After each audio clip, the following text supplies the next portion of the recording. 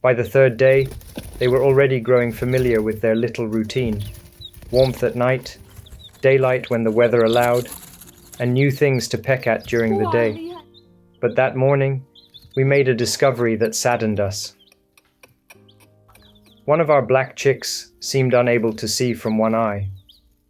We do not know whether she came to us that way or whether something happened during these first days at home.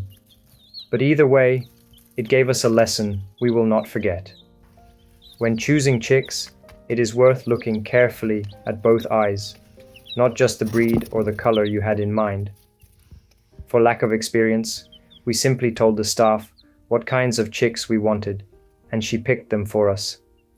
We accepted them just as they were. Now we know better. We hope she will still grow well and live a healthy life with us. At the same time, we kept trying small ways to make their little world more interesting. We hung branches of Moringa and Purslane in the box, hoping to give them something to peck at and explore.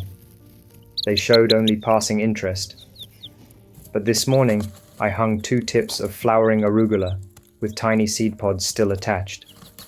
The flowers caught their attention, at least for a while. I suppose chicks, like gardeners, are curious creatures. They seem drawn to whatever is fresh, delicate, and new.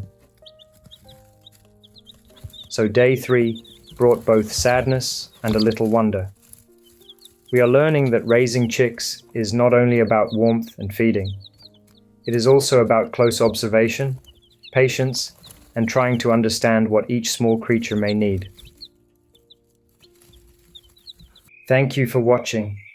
If this was helpful or inspiring, please give it a like, share, subscribe, and tell me what you're growing in the comments. See you next time in the garden.